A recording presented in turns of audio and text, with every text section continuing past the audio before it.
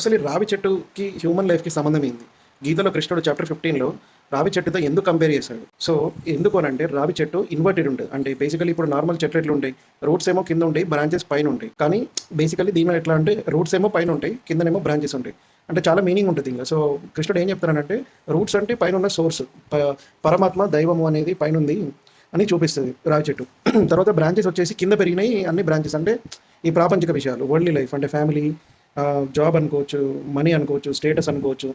So, ఇవన్నీ relationships అనుకోవచ్చు, కోరికలు ఇవన్నీ ఈ మన అనుభూతులు, ఎక్స్‌పీరియన్సెస్ ఇవన్నీ మన బ్రాంచెస్ లాగా అవి పెరుక్కుంటా పోతా ఉంటాయన్నమాట.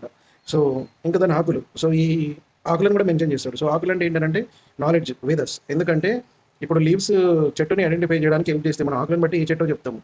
సో, అలాగే వేదిక్ నాలెడ్జ్ మనకి లైఫ్, ధర్మ, మన సోర్స్ గురించి తెలియజేస్తది. సో, మరి అంతా ఓకే. మన ప్రాబ్లమ్ ఎక్కడ అంటే సో, బేసికల్లీ బ్రాంచ్ నుంచి బ్రాంచ్‌కి వెళ్ళిపోతూ ఉంటాం. సో, ఇది కావాలి, మనీ కావాలి, సక్సెస్ కావాలి, లైఫ్ మొత్తం మనం ఏందనంటే వరల్డ్లీ డిజైర్స్‌లో బిజీ అయిపోతా ఉంటాం. సో, అప్పుడు అసలు మన రూట్స్ ఎక్కడున్నాయో మనం మర్చిపోతాం. బ్రాంచెస్ కింద ఎక్స్‌పాండ్ అవ్వకుండా పోతాయి. కానీ పైన రూట్స్ గుర్తుపెట్టుకో. సో, ఇప్పుడు రియల్ లైఫ్‌లో ఎగ్జాంపుల్ ఏందనంటే job, promotion, money, bigger house, more status ఇయన్నీ ఒక డిజైర్ అయిపోయాక ఇంకొకటి బ్రాంచెస్ అనేవి పెరుగుతూనే ఉంటాయి. కానీ పైన ఒక రూట్ ఉంది. అని ఆ రూట్‌ని కంప్లీట్‌గా మనం మర్చిపోతాం. సో, ఈ చాప్టర్ 15లో కృష్ణుడు చెప్పేది ఇవన్నీ వదిలేయమని కాదు. సో, ఇవన్నీ వదిలేసుకుంటూ మన మూలాలు, మన సోర్స్‌ని మనం మర్చిపోవద్దు. సో, ఈ బ్రాంచెస్ మధ్యలో జీవించండి. కానీ రూట్స్‌ని మర్చిపోకండి అని చెప్తాడు.